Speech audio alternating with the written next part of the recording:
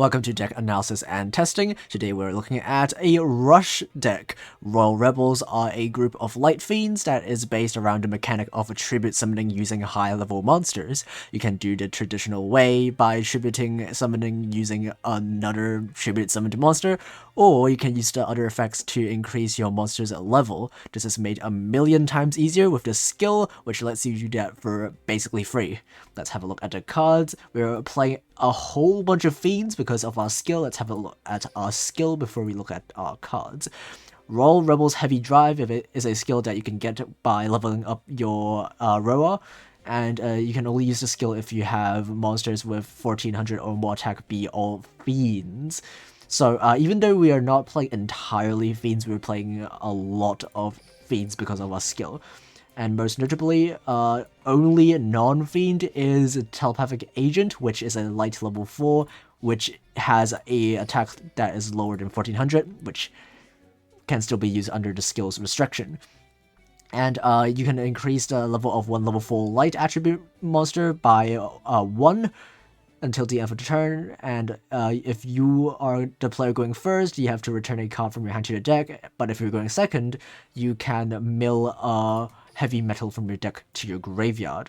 So this skill does get a bit worse if you are going first, but if you lose the coin flip, you can send your boss monster to the graveyard, which you can get it back using something like a rocker or even your one copy of Monster Reincarnation, and that's why we were playing this card over the other legend cards. Some people play Summon Skull because it is also a fiend which has a pretty high attack as well, but I just liked more consistency, so I'm playing Reincarnation to help us grab our boss monster a lot easier. So speaking of our boss monster, we are playing Royal Rebels Heavy Metal. This card is limited to free because it's pretty good. It's a level 8, 2500 attack monster. It has 0 defense, which kind of sucks. So if you're going first, you kind of are forced to summon this in attack, which may not be ideal. But anyway, it has an effect to activate during the turn you summon this card using a level 5 or higher monster, to choose a face-up level 8 or lower monster on the field with the lowest attack, destroy that card, and then this card gains that monster's attack. This effect is really good, especially if your opponent only has a single monster, so maybe if they go first and end on something like a Dragia's Pass or something, you can just pop that monster, gain its attack, and then just attack directly for a lot of damage. Next is Royal Rebels Growl. You should play free copies of this card if you have free copies, but it's really difficult to get free copies. You have to grind for God knows how long. So I only got 2, but if you have free, you should play free. During the turn, you normal summon this card by attributing a level 5 or higher monster. You can activate this effect to lower one monster your opponent controls that has a level 8 or lower by its level times 200. Which is quite good. It oftentimes allows you to beat over basically anything, and the bigger the monster is, the better the effect gets, because you lower more attacks and defense based on the monster's level as well. Next is Royal Rebels Rocker. This is a level 5 monster that allows you to, during the turn it's normal summoned, you can add back a level 6 or higher fiend monster from your graveyard to your hand, and also you cannot attack directly this turn. This effect kind of sucks because you can't attack directly, but it is really useful to grab the boss monster from your graveyard. So even if you haven't summoned the heavy metal yet, you can very easily get it to the graveyard using your skill to just send it to the graveyard. And you can just basically search your boss monster with this card. And also it's level 5, which means it does help you activate the effect of your heavy metal as well. Next is Royal Rebels Shout. This is a level 4 light fiend, so it works with the skill, and also its effect doesn't really matter. You just use it because it's a light fiend. That's level 4. And we're also playing Palace Gargoyle, and the exact same reason we were playing this card, because it's a level 4 light fiend, so it works with the skill. And Telepathic Agent is not a fiend, but it does have attack lower than 1400, which means you can still use it with the skill, and also it's a light level 4. So again, it's just another monster that lets you use a skill with. We're also playing other fiends like Archfiend Summoning Flute. We barely use this effect at all, but I guess it's useful sometimes to summon a high-level normal monster like the Star Knight, which we're playing here, because we don't actually have a lot of Fiend level 5 or higher monsters for us to use, so we kind of have to use whatever we have. And Star Knight has kind of an upside that it has a ton of defense. So if you're going first, you can just set Star Knight face down, and your opponent will have a bit of a trouble trying to get over it without making a level 7 or higher monster. Next is Vanilla level 4. It's unfortunately not an effect monster, which comes up because your skill requires you to have a effect level 4 light monster, which is not. So we're just playing it purely for the high attack, and also it's a Fiend. And also we're playing one copy of Feral Imp, again because it's a Fiend. For our spells and traps, we're playing one monster reincarnation, as I said, because you can grab this. You can grab your heavy metal back using reincarnation, which works really well with the skill. And since we're not playing 3 copies of heavy metal in this free-to-play version, we're playing 1 copy of Call of the Earthbound instead to fill the last limit-free slot. And also, the barrier is probably the best free-to-play generic trap that we have in the entire game for rush duels. This is just a rare card, and also it lowers your opponent's attack by 400, which is pretty useful, especially if your opponent tries to beat over your boss monster with their own boss monster and they don't have a very large attack difference. You can oftentimes destroy your opponent's monster if you activate your trap card. So yeah, that's kind of it. Here we have a look at the expensive version. We are playing 3 copies of Heavy Metal, obviously, and also 3 copies of Rocker to help us grab it to our hand more easily. And we're playing Kribot, and it being a Fiend doesn't really matter because it has a low enough attack that it doesn't get affected by the skills restriction anyway. But Kribot is just a nice card to just give you more tribute fodder. And the other cards are basically pretty much the same, but we were playing 3 copies of Pierce because this deck does need a way to beat over set 3. So like if your opponent ends their turn with 3 set monsters, you need a way to still destroy their monsters and deal some damage, because otherwise they can just do that infinitely many times and you can't really do anything about it. So Pierce will help us deal a bit of damage even if our opponent just walls up and doesn't do anything else. So yeah, let's have a look at the replays.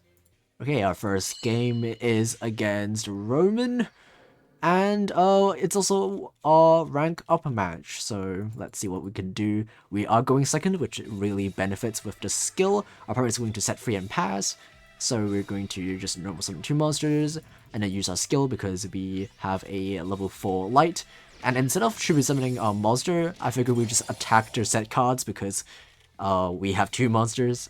So I think it's probably better if we just attack with our 2 monsters instead of, making a bigger monster that can only attack once.